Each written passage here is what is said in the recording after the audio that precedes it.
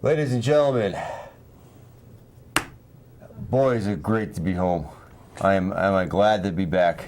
Well, thanks to our Facebook friends and family and your kind donations, I was able to pay the ransom for Hollywood J and get all this Aces and Eights junk behind us. I appreciate everybody that sent in donations, did the Kickstarter fund. We raised quite a bit, and you're back. All they've done is motivated me more. Well, hopefully all this Aces and Eights baloney's behind us, I hope and so. They've gotten their ransom money, and they'll just go away. I hope so. So, but it seems like they're a constant disease, and they just like a cancer that just you can't get rid of, and they keep coming back. Well, like I said, hopefully, you know, all those unmarked bills will go to good use. Thank you, John, and I don't know what happened. I was going to the airport, and it was the limousine, and next thing I know. Yeah, we were looking to hear from you, and we were concerned. We put the word out on the street, and we couldn't find you. And then I got our signal got broken in by Aces and Eights, and said that they had you, and they're holding you for ransom. And they contacted me through our page, and I raised the money, and here we are. We still don't know who they are. I have no idea who they are. They never revealed themselves or anything. No, I met the gentleman the drop-off point. Next thing I know, the van comes up. There you get thrown out of the back, and here we are. Anyway, let's put that behind us. Yep. Bad ordeal. WWE returns to Sacramento, California on Monday for the final Raw TV hype. That would be tonight. Tonight. Yep. Leading up into SummerSlam. Yes, sir. SummerSlam, which takes place next Sunday, I believe, in Los Angeles this year. Yes. Once again. Yep. And they're not too far from Los Angeles and Sacramento. No, not at all. Not at all. Top match advertised for tonight: CM Punk versus Paul Heyman. What are they going to possibly do? Paul Heyman has no wrestling skills at all. He's good. He's a good manager. But well, you're going to figure a run-in from Brock Lesnar at the very least, or his other fellow there, Mr. Perfect's son. Right. Curtis Axel. Or both of them. Or both. Right. Right. Right. You know, just to get one last lick in on Punk before this Sunday night. Oh yeah. That's what they're going to want to do. WWE will also complete their their build-up for John Cena versus Daniel Bryan. That's the WWE title match coming up at SummerSlam. McMahons are highly involved in this whole ordeal. I had to watch bits and pieces because they would not let me watch television. Right. For all I know, the world came to an end. Well, it almost did for us because you weren't here. No. We soldiered on without you. I heard Aubrey was here last week. Aubrey was here last week, and she did a great job co-hosting, and we want to thank her again and welcome her. I do appreciate that. Back she's on really, anytime. Yeah. That's a true friend of the show. Oh, absolutely. Definitely. I know that McMahons are involved in this John Cena versus Daniel Bryan situation. Yeah, it's kind of strange because they're also competing against themselves with the Total Divas show, and they show Cena and Daniel Bryan, who were dating the Bella Twins. Right. So they're kind of buddy on the Total Divas show, but on their other TV show, Monday Night Raw, they're combatants. So it's they're falling into that TNA category where they can't keep the reality show versus the storyline separate. Yeah, the Total Divas. I mean, I have no desire to watch it at all. It's fun to watch, as a separate entity, and you do get to see a lot of behind the scenes of. They showed behind the scenes of WrestleMania, and Monday Night Raw, and it's really cool to see some of that stuff that goes on backstage, and a lot of it seems like it's, if not scripted, like staged for the Total Divas show. Probably is, but. The WrestleMania behind the scenes was really neat to see. The backstage and all the people and what goes on. The last minute wardrobe fixes and all that kind of stuff. Yeah, it happens. It's live television. Anything can happen with live television. So that's cool. As everybody knows. So they'll be playing up their involvement. So I guess Triple H is going to take one person's side, and McMahon's going to take the other side. I don't know. I mean, The little bits and pieces I saw, they were trying to get he was trying to get Daniel Bryan to shave his beard. yeah, maybe we'll get some stipulation match for the next pay-per-view. Right. If he loses the beard. Right. The beard goes. Hair versus beard. Who knows? I mean, we've seen that style, that kind of thing before. That's probably what they're going to lead up to. I'm not used to being not clean shaven, and being dirty and disgusting for 2 weeks. Yeah. They gave me some bread and water, and that was it every day. I know, you're looking emaciated. Yeah. Yeah. Yeah, and not, We'll have to take you out for a nice juicy steak. That would be good. any one of these people. And you missed the catering. We had catering while you were out. Our good friends at Jersey Mike's in Branford. I can't believe it. Sent a nice platter down. Excellent. We had a nice time. Yeah, yeah. Guys, you gotta bear with me because I'm just a little bit weak. And when I get my full strength back, Yep. I do. Believe me, With a vengeance. these people are gonna pay. We're gonna wipe them out once and for all. Oh yeah. That's it. Play for tonight. Hype for the remainder of the SummerSlam card. They're not totally. Here we are. We have one more Raw to go, and we don't have a complete card yet. Right. Well, we got Sandow versus Rhodes. Damien Sandow, and he has a new briefcase from the Money in the Bank that Cody Rhodes threw in the ocean. So Sandow came up with a brand new briefcase. Where he got a new contract, I don't know. Because the old one's in the ocean somewhere. But yeah. It's a fun storyline, and it's about time that those two were separated. They were a good Rhodes scholars for a long time. They don't seem like they have too much in common. Yeah. So I mean, it'll be a good match, I think. And Damien Sandow should come out on top and be a stronger character for the good of it. Yeah, and I think it'll help Cody Rhodes too, to an extent. I hope so, because he's kind of been stale. So. Right, and it's not good for a Rhodes to be stale. No. Right. No. Roads are never stale. No. Dusty Rhodes was a world champion. That's right. Dustin could have probably easily been a world champion at one point or another. Yeah. But. So hopefully Cody can live up to that one day. Oh yeah. Oh yeah. Yeah, it would be nice to see a Rhodes being a world champion, WWE champion, world champion again. Yeah. Gotta wonder about Randy Orton and the Shield and their involvement in SummerSlam because they're not really booked yet. Yeah, well, that remains to be seen what they're going to do. I'm expecting a cash in from Randy Orton with his briefcase, but that's just speculation on my part. Yeah, it could happen. I mean, everybody's probably thinking it's going to happen, but you don't know. It could happen at another point in time too. Yeah. I mean, no one, the history. It'll probably happen on the Monday Night Raw after SummerSlam. It's going to be a total. They'll give it away for free. Total element of surprise. Yeah. Everybody's thinking, it's going to happen after, and you're probably right. It'll happen the night after or the week after. Yeah, and they'll give it away for free. Right, and they'll give it away for free. Maybe it'll happen on a SmackDown. It's funny you say that because SmackDown.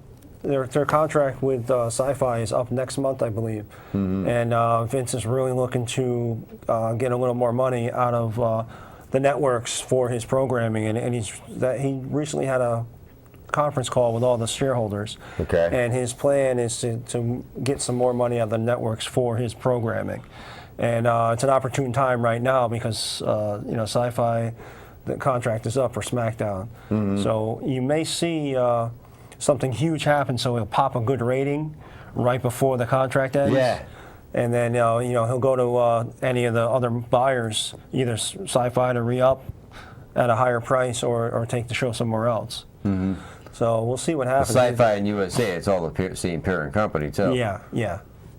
But I mean, I don't know. It's not really a fit on Sci-Fi. It's not really a science fiction show. Right. It's not Sharknado. It's not Sharknado. It's just, it's not reruns of Stargate or Enterprise, even for that matter. Right. So it's kind of a weird spot for a wrestling show to end up. But we'll see what happens. With Fox starting up that new sports channel, I mean, although Vince doesn't consider himself sports, it might be an interesting spot to put that. But they also have, Fox also has a deal with UFC, so that might, put the kibosh on that. We'll see where he ends up. See where he ends up. It's going to be interesting. He always had a good relationship with NBC. Yeah.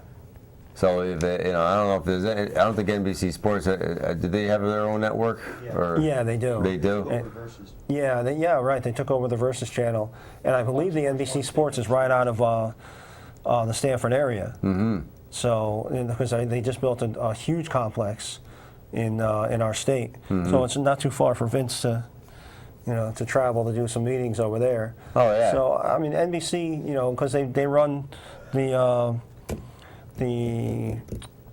when they tribute to the troops on NBC. Oh, they run the tribute to the troops on NBC. And they rerun at WrestleMania.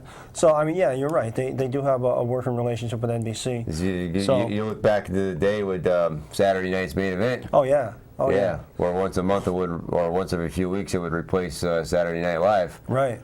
So I mean, you look at that, and with NBC starting that new sports network, I think that's a good marriage. It's a good fit. Oh yeah. It's all going to come down to who offers them the best money, and for a long-term contract.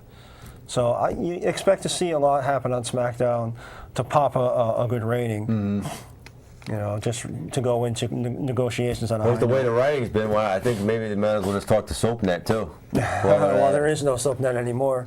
But yeah, you're right. Yeah, the way the writings go, the writers have been. That's why the writing's been like that, because there is no SoapNet. Maybe that's why. Right. All those soap operas that went out of business, he got all the writers. Right.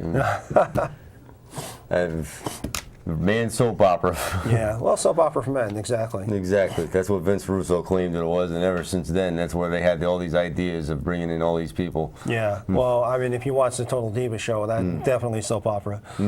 All the relationships and Uso going out with one of the Funkadactyls and the drama there.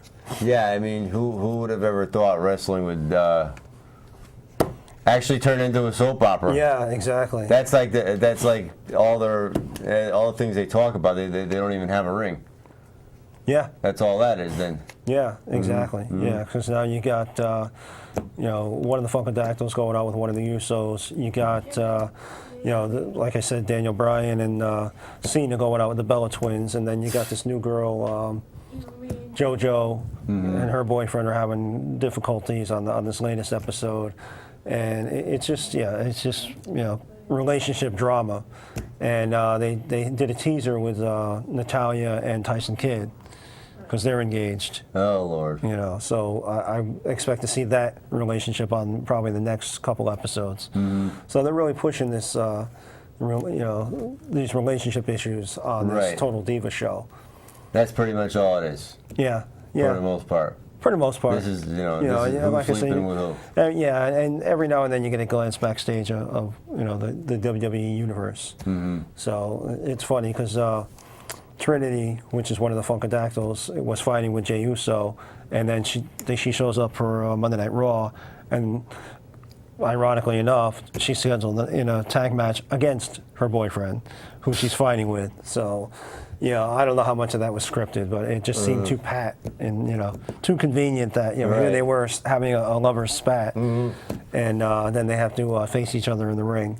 Reality and fantasy. Yeah, it's a fine line. Oh yeah, it always is. Yep. Also advertised for tonight, John Cena, Daniel Bryan, Alberto Del Rio, who what I understand is he ditched his ring announcer. Yeah. We'll see what happens with Ricardo Rodriguez. If he gets some in-ring action, maybe he'll be picked up by somebody else. Form an alliance with whoever's going to face Del Rio next. Right.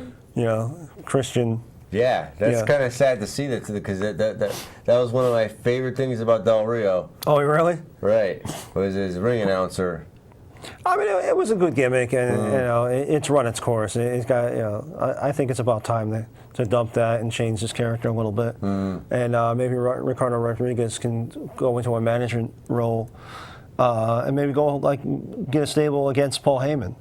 Right. You know, he could be the good, you know, the good face. Yeah, the face manager. Right. Which one they have once in a while too. Yeah, that'll be interesting. You know, put a couple people under Rodriguez and let him get out there and finagle with him. You know, exactly. That'll be fun.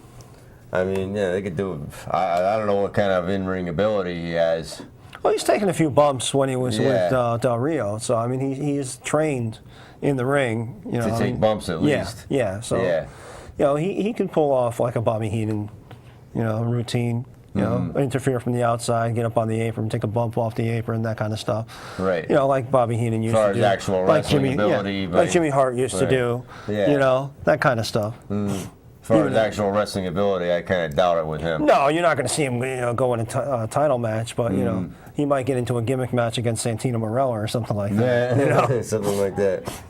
Speaking of, where's Santino been hiding? He's up in Canada. He's opening a wrestling school in Canada. Oh. So he's getting that off the ground. So he's got some time off from WWE, so he can get his school up and running. So that's where he's been. And he's a Canadian. He's a native Canadian. You know, contrary to his Italian character. Yeah. You know, and that is just a character he plays. So. You know, he's back home in Canada, getting the school up and running. So that's good to know. We might see some people coming out of there. You know, the Santino Marella School of He knows what he's doing. Wrestling. Yeah. Yeah. Well, he knows how to create a character at least. Oh yeah. You know, and he is believable, and you know, he was so over. You know, as that character for how many years? Years and years now. You know, even coming out as Santina and. Well, he debuted at a Raw that took place in Italy. Oh, there you go. He came out of the crowd. That's the first time I saw that character. Okay, all right, you're right. That was the first and the last time they had a Monday Night Raw emanating from Italy, too. Okay. So yeah, I mean, he definitely knows how to create characters and get over. So I mean, at the very least, he'll have some colorful characters coming out of his school. Definitely. Also, the place they're doing Raw tonight is called the Sleep Train Arena. They get to have, for the first time ever, apparently, John Cena and Mark Henry will be teaming together. Oh, really? To face the Shield. That ought to be interesting. Whether we end up seeing that on Raw tonight. That may be in the dark match after. It probably goes be off in the the air. dark match after. Yeah, because if he's doing something with Daniel Bryan leading up to that. Yeah. You know, we'll see. That kind of gets in the way of that. Yeah. That may be a dark match after. That's probably a dark match after, because if you had, and I'm thinking too, if you have to put that on Raw, now it makes me wonder about Mark Henry. Well, how's that? It makes me wonder if Mark Henry isn't working with the Shield then. I don't know. It might be a twist, but I'll predict that being a dark match. Yeah. Just for the crowd. Just for those reasons too. Yep. Right. You know, now you got to write just that much more now. Yeah. But here is the lineup for SummerSlam. Yep. This is what I have here, and we can go through each one of these matches, and we can figure out. You know, who we think is going to emerge as the winner. Yep. I'll leave the title matches for last here. We'll start with Dolph Ziggler and Caitlyn taking on Biggie Langston and AJ Lee. I don't know. I would pick Dolph Ziggler to win by some shenanigans. Dolph Ziggler and Caitlyn to win by some sort of shenanigans happening. Shenanigans being whatever. I don't know. You know, Dolph Ziggler seems to come up with something to, you know, to pull off the win, and he just does the thing with the hair and washes his hands of the whole darn thing. It's tough to say. Yeah. Dolph Ziggler, they want to give him a push. Yeah. Right. They want to make him look good. Biggie Langston, they want to make him look good as well. Yeah. But he's not really looking too good. No. But, you know, my thing is AJ Lee really plays off that, that shocked. The shock value, like, oh my God, how did we lose that match, and how can you let us lose that? And she'll slap, give Biggie Langston a nice slap after the match, probably for allowing them to lose somehow, and she'll, get that anger issue out like she always does. Always. She always. So I really just think for that reaction alone. Maybe they want to get there because for some reason people actually like to see her like that. Oh yeah, to see her go crazy after the match, like how and then smack Biggie Langston for messing up somehow or whatever it was that allowed them to lose. Yeah, so she'll be all crazy and psychotic 1 minute, and the next minute she'll be dancing around like prancing around the ring. Yeah. Oh yeah. Yeah. Well, she plays it really good. She plays it really good. Yeah. Yeah. I would just like to see more of her in the ring. Yeah. Even though she has the belt, but does she know how to wrestle? She came from a women's wrestling organization, and she's got a long career before entering WWE, and they hired her based on her wrestling talent, and they haven't really utilized And they haven't utilized it. And they haven't used any of the divas really. To Was wrestle. she acting crazy like that where she came from before? No. This is a whole new gimmick. This is a whole new thing. Yeah. This was, before it was just AJ Lee just wrestling. Yeah. Right. She was just AJ in the independent leagues. She was just AJ. AJ, and that was it. And they added the Lee to her WWE character. Make it sound a little bit better, I guess. AJ, and that's it, yeah. Yeah. I mean, we have a radio announcer named AJ, too. I mean, Yeah. Yep. Right here in Connecticut. Right here in Connecticut. Kane versus Bray Wyatt. Yeah, well, getting back to one more okay. thing about Ziggler, I guess I'm going to have to agree with you. Yeah. All right. Dolph Ziggler. Kane versus Bray Wyatt. I'm going to go with Bray on this one. They have to build him up. Oh yeah, without a doubt they have to build him up. And he's coming out strong. And I really like what they've done to develop this character, and they've really done a slow burn on him with all the vignettes leading up to it. Yeah. And once in a while he won't even appear on a Raw. Yeah. Right. Just to build it up a little bit more. Bray, it's been said that Husky Harris or Rotundo's kid, whatever his real name is, came up with this concept all on his own and started shooting those vignettes by himself, without help from the WWE, and came and presented them to him. And it's really, I find it interesting because Vince worked out. Yeah, because Vince usually doesn't like something that he didn't create, and for Bray Wyatt to have the coyotes to, come up and do this and make this whole new character for himself. You know something? You got to respect him for that. Yeah, without a doubt. You have to respect him for that, and you kind of have to give the props to Vince McMahon and company for going with it. For seeing a little bit of gold in them there hills. Yeah. That's very you don't really see too many wrestlers coming up with their own characters. Right. I mean, at least not in WWE. Yeah. I mean, the only other one I can think of is like Steve Austin coming up with wanting to do the Stone Cold character. Right. Which he wanted to do in WCW, and Bischoff just laughed at him. Yeah. Who got the last laugh in that one there, Bischoff? Yeah, seriously. So I'm going to go with Bray Wyatt because Kane too is running his course. Yeah. Yeah, it's an Inferno match or a Ring of Fire match. Ring of Fire match. Yeah. Kind of like the Johnny Cash song. Yep. So Bray Wyatt all the way. Yeah, I'll go with that. They're pushing him up. It won't be too much longer before he has some kind of belt. Right. I'll even give it to maybe the end of the year at the latest. Yeah. Before they have gold, that whole Wyatt family, even the tag team, they're Rowan and Harper, they look really good too. Yeah. I think they're the next stable, and we might see them go up against the Shield, although they're both heel factions. But Shield may turn and face. That's the thing.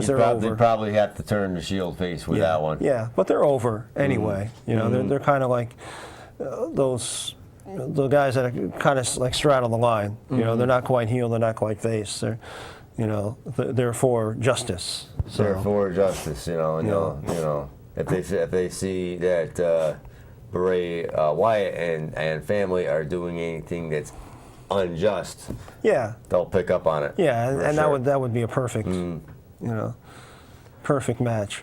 Now this next match here, I think, is pretty fun. What's that one? They were a great tag team, the Rhodes Scholars. Yep. And Damian Sandow won the Money in the Bank briefcase for a shot at the world title, which he can use at any point in time within the next 365 days from the Money in the Bank pay-per-view. Yep. And he did this. In doing this, he is turned on his tag team partner Cody Rhodes. Right. So Cody Rhodes has the lineage behind him. He's the younger son of the American Dream, Dusty Rhodes, the brother of Dustin Rhodes, Goldust. Yep. So he's got that going for him. Now, Cody has all this stuff going for him. Damian Sandow has the briefcase. Yep.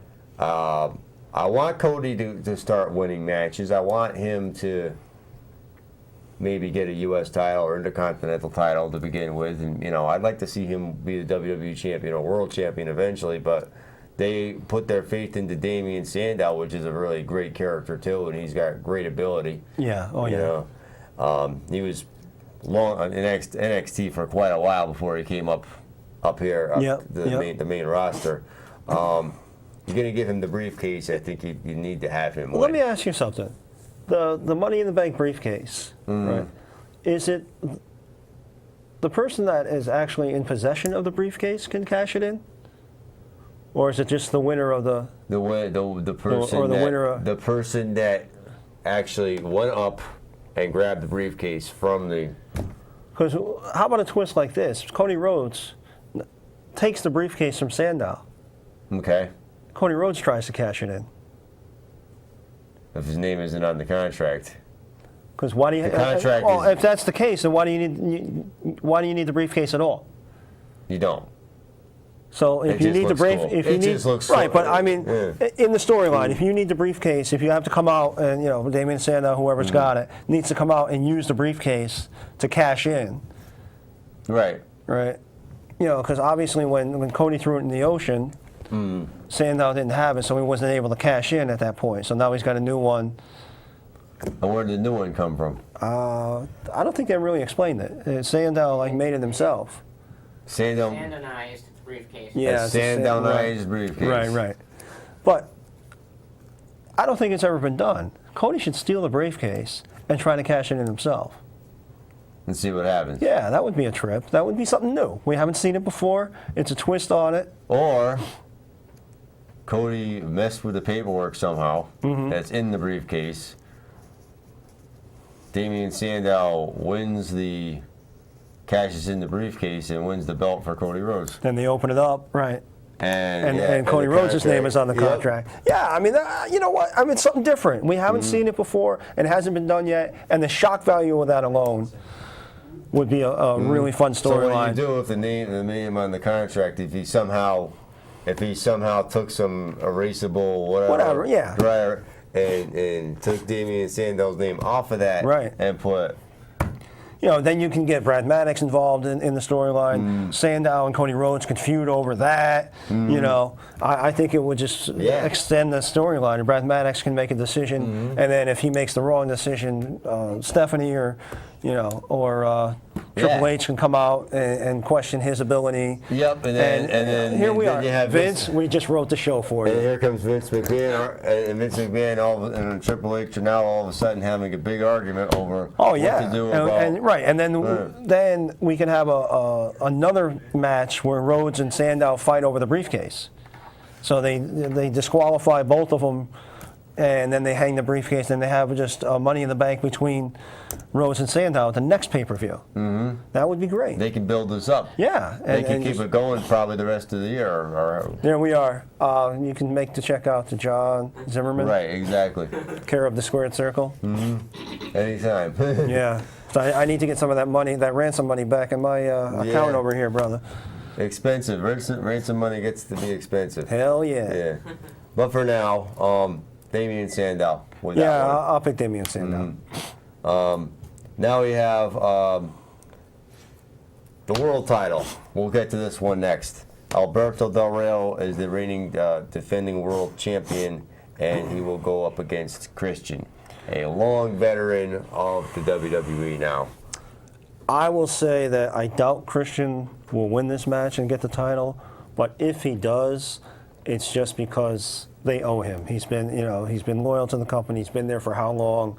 It's probably going to be his last run, and more than likely he's on his way out in the next year or so. And maybe this will be his chance before he gets into the WWE Hall of Fame to have the world title. Right.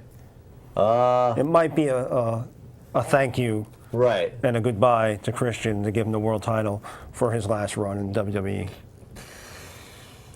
So, I mean, this one for me, it's a flip a coin because it's up in the air. But if I had to pick, I'd say Del Rio comes out with the title. I can see what you're saying about Christian, about giving him one last run. Yep. If it really is a last run for him, I mean, he's had some injuries, but I think. Could he go a few more years? He's on the downside of his career. Yeah, he's on the. And if he doesn't, he's toning it down. Right. Yes. And if he doesn't retire from the WWE and walk into the WWE Hall of Fame, we'll see him on TNA. We'll see him back over there. That's Christian Cage again. Again. Yeah. If TNA can afford somebody like Christian Cage. Right. I don't think they can afford to have posted your bail. The money's getting kind of tight over there. But we'll talk. Yeah, I want to talk about TNA. We'll talk about TNA a little later on. Yeah.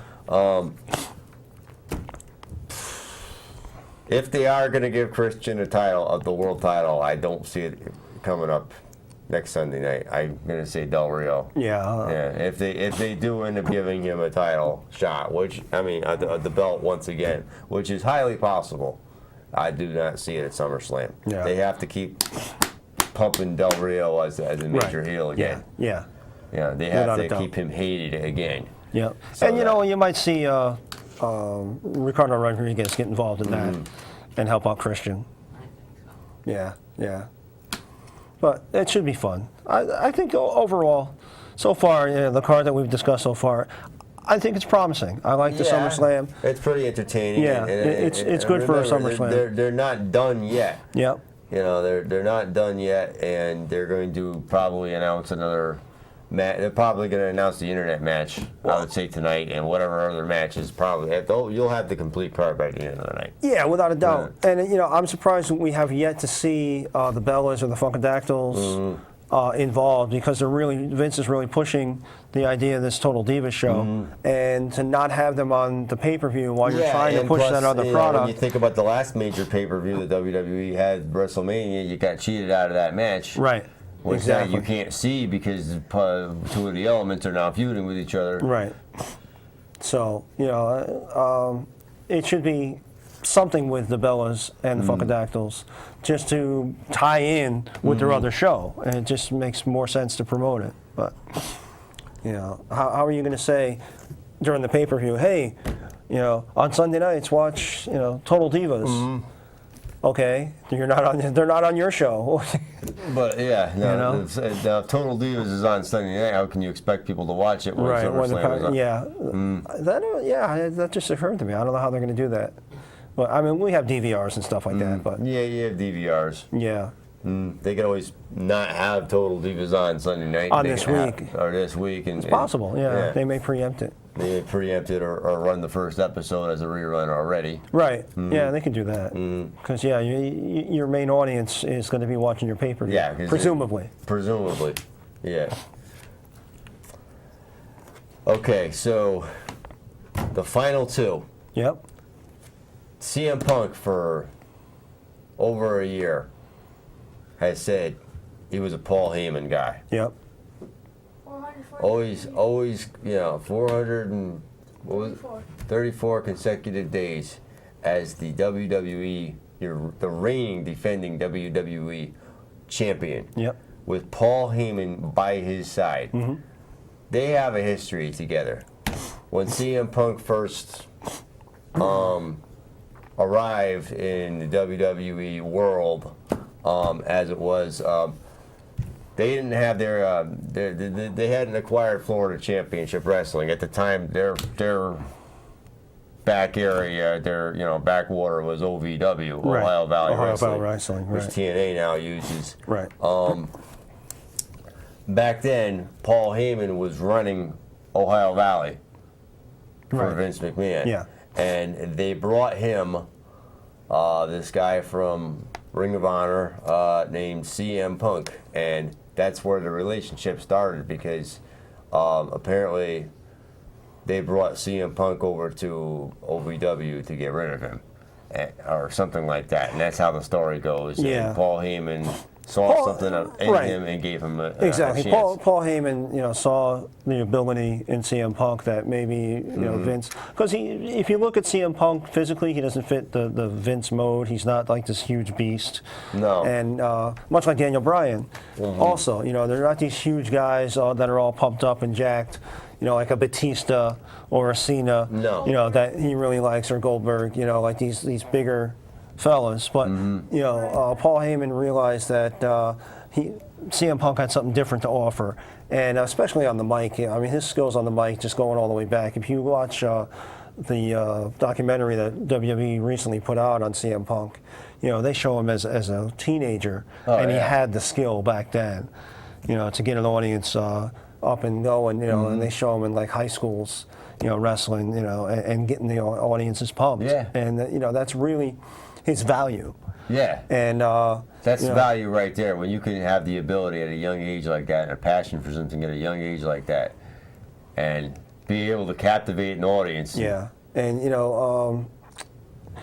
he makes better speeches than some of our politicians. Oh, do. without a doubt. And, Paul Heyman, brought him over to ECW when Paul Heyman, got to run ECW, and Vince tried to get rid of him again, and Heyman, made his case. Hey, just let me have him, let me work with him, and here we are. How many years later, and Punk had that long reign as champion, and his merchandise second only to Cena.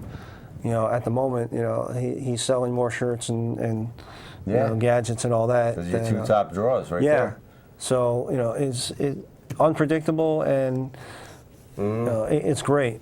So he's been around that long. The question is, has Paul Heyman been riding CM Punk's coattails all for ever since he became successful, or I don't think he owes Heyman a dime. He was successful without Heyman being around. Well, I mean, Heyman just merely was the guy that pointed out to Vince McMahon that, hey, give this guy a chance. Yeah, exactly. Right. Yeah, I mean, the thing that Paul Heyman did for him was have his back. Right. Paul Heyman really didn't create the CM Punk character, didn't train him in the ring, didn't train him on the mic. All he did was say, hey, you know what, I like this guy, and and basically saved him every time Vince said, let's get rid of him. Yeah. So, I mean, he owes him for that. He doesn't owe him for anything else in his career, but he owes him for having his back for all that time. So whatever is going through Heyman's mind that, he thinks that CM Punk doesn't listen to him, whatever. Right. Like he's supposed to. CM Punk is his own man. Yeah. But CM mind Punk you, doesn't need a manager. if we go back a month and a half, I predicted all of this with CM Punk turning on Heyman. And you saw the writing on the wall. Yeah. Everybody did. Yeah. It doesn't,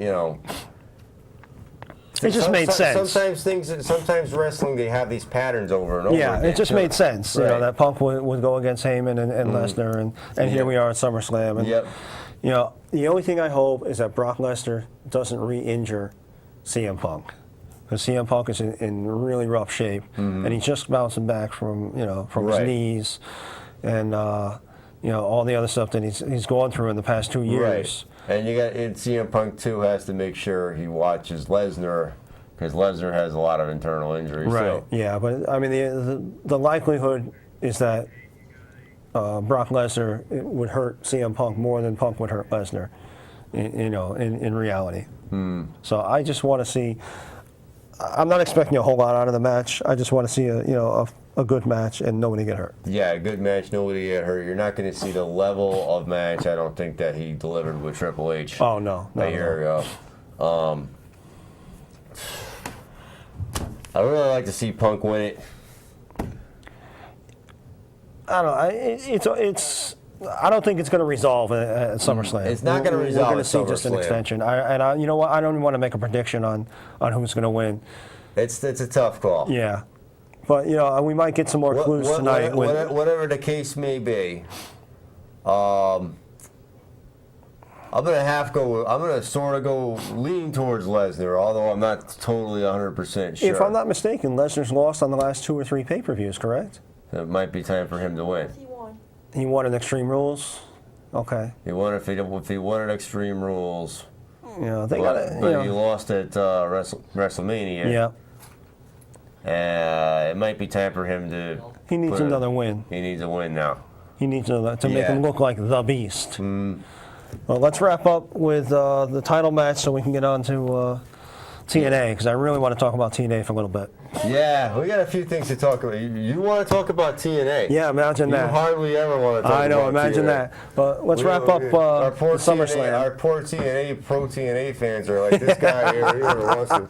I love TNA. I love the Aces and Eights. He doesn't want. But anyway, we'll get that in a minute. Yep.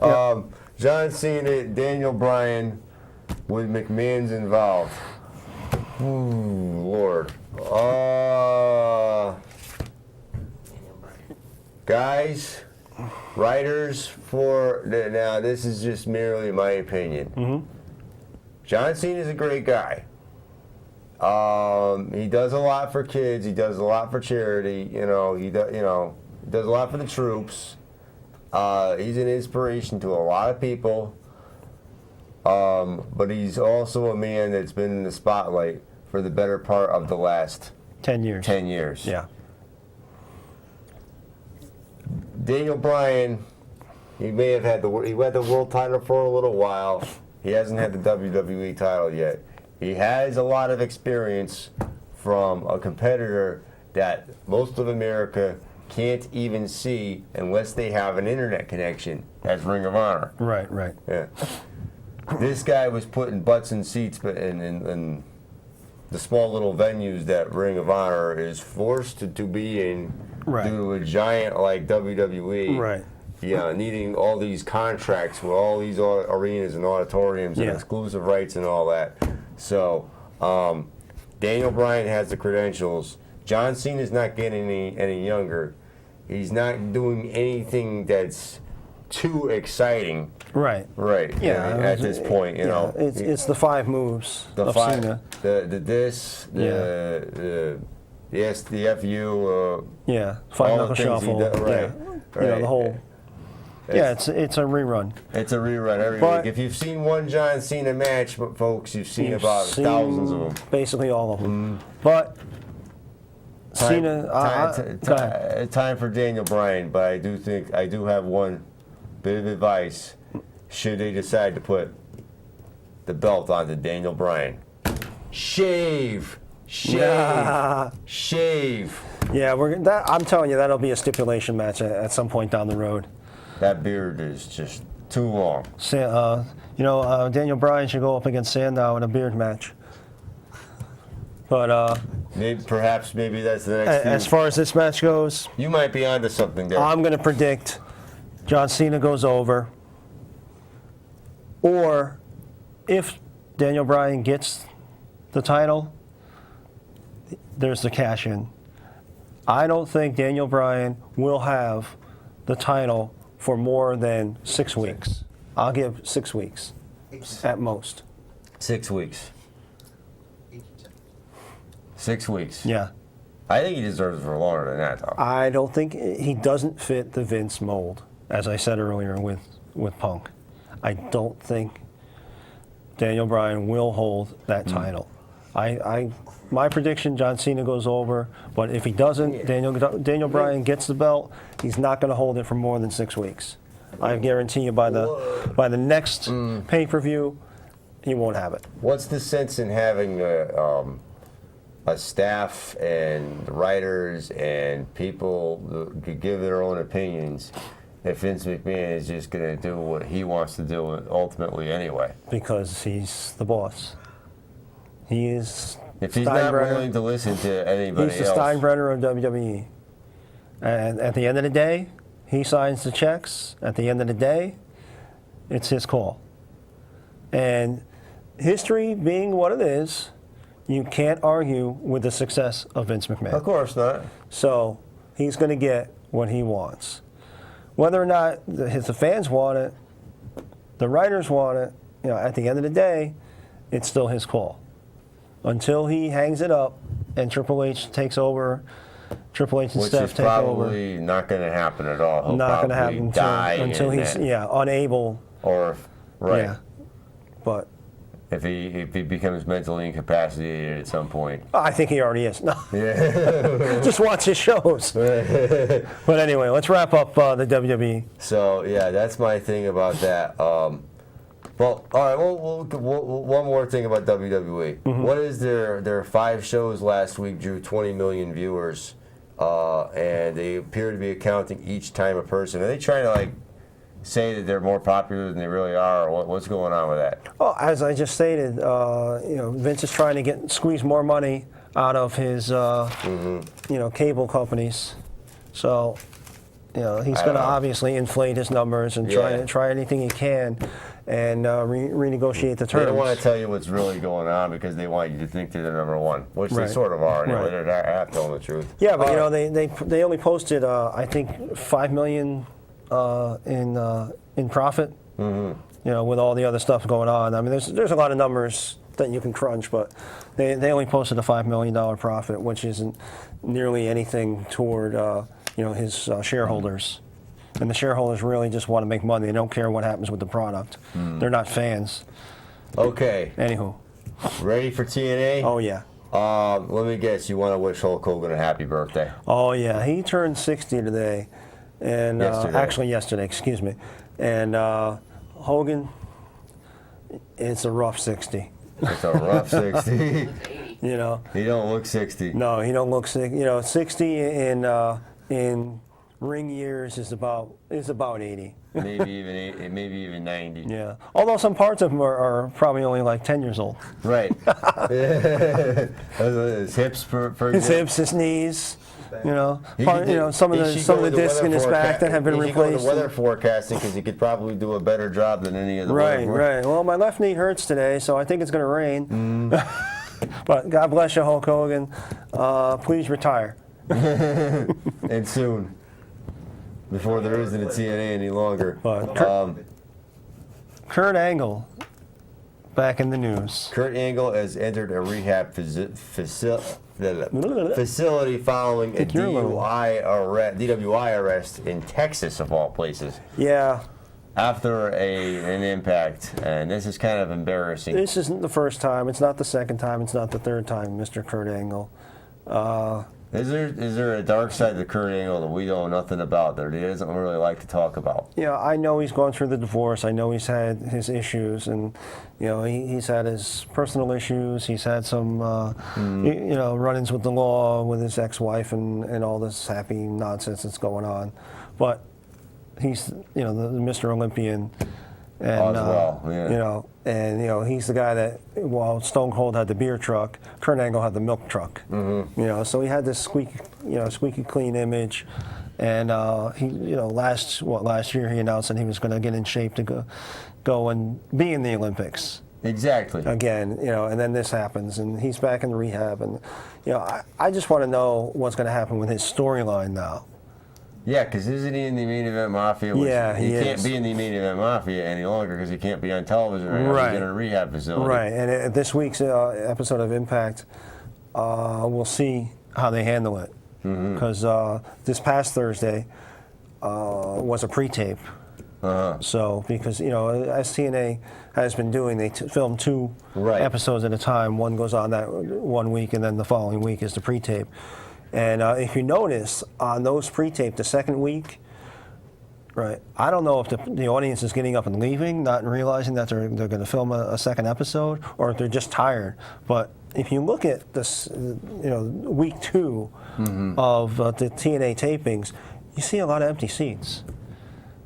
Dixie, have people move down, get seat fillers. I mean, it's silly. People get up and leave after the first show, and then they tape the second show, and there's empty seats on the hard camera side. It's just a common sense thing. Invite people to move down, or get some seat fillers in there. Or get some seat fillers in there, or let the audience know, hey, don't leave. There's another show coming up in a little bit. Yeah, this is a double impact taping, or just tape one episode at a time. Yeah. Or Yeah. or do a spill and fill. Film the one earlier. Let the audience leave. Get a separate audience. Now you're getting a double ticket. Now you're getting twice the price. You can even do 2 that. times the admission because God knows they need the money right now. You could tape it on a weekend. Yeah. Do one episode on the afternoon Right. and do a matinee and an evening. Oh yeah, without a doubt. Right. And you're going to get double the ticket price. Now, as it is, you're getting one crowd in, and you're giving them 2 shows. And if you watch the week 2 show, right, the crowd is tired, they're listless, they're quiet. By the time the second show comes around, they've seen all the people involved already. So the pop, you've seen Hogan come out already, you've seen Kurt Angle come out already, you've seen Billy Ray come out. So the second week, it's like, okay, we just saw this a little while ago. Yeah, to see. So you're not getting a reaction. These people are tired. They've already been there for 3 hours for the first taping, and now we're going into, the second. So a double impact taping takes about 6 hours. Yeah. I mean, you and I have gone to Raw together, and Raw. I mean, even though Raw is 3 hours on the air, it's 4 hours live. Right. Because they film a little bit of NXT, they film a little bit of all their other shows. Right. Correct. So you're looking at. It does. It ges a little. It does get a little. Do you want to sit down? Does anybody really want to sit down for 6 hours? No. 7 hours? No, not. And like I said, to see the same people. Just reshuffled into a different match. Bully Ray, all the same players come out. Obviously the crowd's going to pop the first time they see Bully Ray. The second time he comes out, not so much. No. And it's evident. It's going to show, too. Yeah, without a doubt. So, I mean, Vince McMahon stopped doing things like that years and years and years and years ago because he realized people get, bored. So you need a fresh audience. And even if you don't do that, at least fill those seats. You never see empty seats on Monday Night Raw. Never. You never do. They have seat fillers. It just doesn't happen on the hard side of the camera. Now, if you go to a live event, you'll see, behind the hard camera, there's some empty seats. Yeah, but you don't see them on TV. And Vince's crew is very careful not to show those angles. You don't want to show that because it looks kind of embarrassing. It looks like nobody cares. Right, and it's just production 101. If the people at TNA aren't watching their competitors and watching how Vince does it, to make their product better, shame on them. That's just silliness. It really, really is. Yep. And and we always said before, TNA's got some great talent.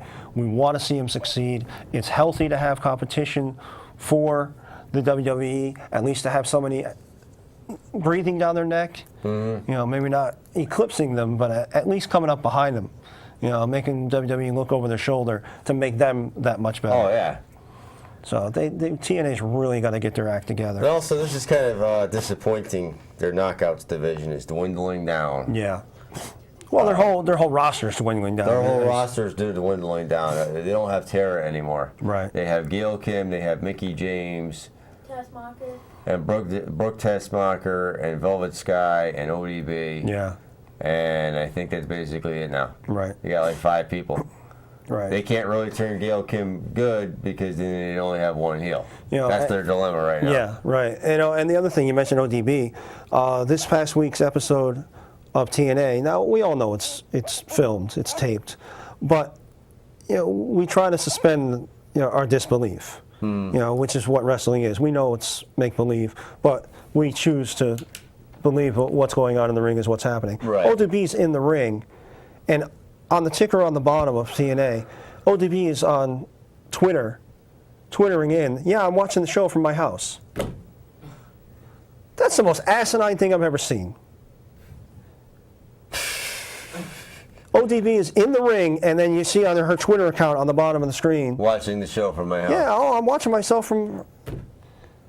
I'm supposed to believe you're there, and you can't do that. Right, and that would never happen on WWE programming. Yeah. I understand that they're trying to get the fans involved in social media and Twitter and and boost their product and their online presence and all that, and their advertising on their website and for people following them in the Twitterverse and all that happy junk. But at least play kayfabe for the duration of the TV show. Really? There's small little things. If they stop doing these things, they'll get better. They need more women. They need more knockouts. Yeah. How can you have 2 heels and maybe 3 faces in a knockout division, and that's it? Right. You need a little more than that. It goes back to the money issue, and they really need to reorganize and get their stuff together. I don't know what they need to do. Something. I'll tell you, if it doesn't turn around soon, their deal with Spike is up in 2016. Oh, if Spike doesn't try to move that to like 2014. Yeah, dump them sooner. Yeah, exactly. And, Spike is really moving in to the Bellator territory, and they're trying to get this crossover with Tito Ortiz and Rampage Jackson and get that going. You know what? It's more promotion for Bellator than it is for TNA. Oh, yeah. It's going to help them. And if the ratings for Bellator go up, and you're going to see Spike really turn their attention to that. To the Bellator. Because that, UFC. They're going to worry more about that than UFC and Bellator is the future of what's going on. And I must mention that coming up, Andrew Calandrelli, our former guest, is going to be in Mohegan Sun really soon. If you go to ultimatemmact.com, you can check him out and look at him training and stuff like that. We're going to have an expose of his gym really soon. We're going to be filming in his place. I couldn't really, like I said, I was out of the loop for a couple weeks. Right, we're going to have to catch up to speed. But can I just plug this really quick? You can plug that quick, and then I have to plug some indies quick. All right, real quick. A new shop opened up right up the street from us, North Colony Road, Wrestling Paradise. 438 North Colony Road in Wallingford. It's right up the street. If you go on to facebook.com/Wrestling Paradise 1, you can check them out. This guy has a museum of wrestling action figures. WWF figures, the old Raw is War stuff, the Bendhams, the small figures, stuff? WCW figures. He's got box sets, boxed play sets, still intact that I've never even seen before. I mean, this stuff. Unbelievable, the product that this guy's got. Stuff that you haven't seen in ages or you haven't ever seen. Going all the way back to the beginning of the Hasbro stuff and all the way up to today's hard-to-find collectibles. So if you like collectibles, that's the place to go. Yeah, if you're into wrestling action figures, both new and used, this guy's got it all. Much like our friend over at Ken's Cards. Oh, definitely. So, and the other thing is, if you're talking about SummerSlam, you want to see SummerSlam, you can go to Hooters on the Berlin Turnpike in Wethersfield and go to the pay-per-view party August 18th, obviously, for SummerSlam. And you can watch SummerSlam not only with the wrestling legend Ox Baker, but Mr. USA, Tony Atlas, WWE Hall of Famer, and friend of our show. Photo ops, autographs, and this is put on by NEFW, another friend of our show, Definitely. and M&J Collectibles. So you can go up, get your picture taken with Ox Baker, Tony Atlas, get some autographs. We got to wrap things up, but Sugar just to twice. let everybody know, CTWE Farewell, August 24th with Kevin Nash, NEFW Unglued, this Saturday night in Waterbury, Connecticut. Defiant comes home. RWE Uprising on the 14th at 7:30. And next week we'll fill you in on more details. PWA is coming up too. Oh, I'm Hollywood J. Williams. Good night and good luck. John Zimmerman.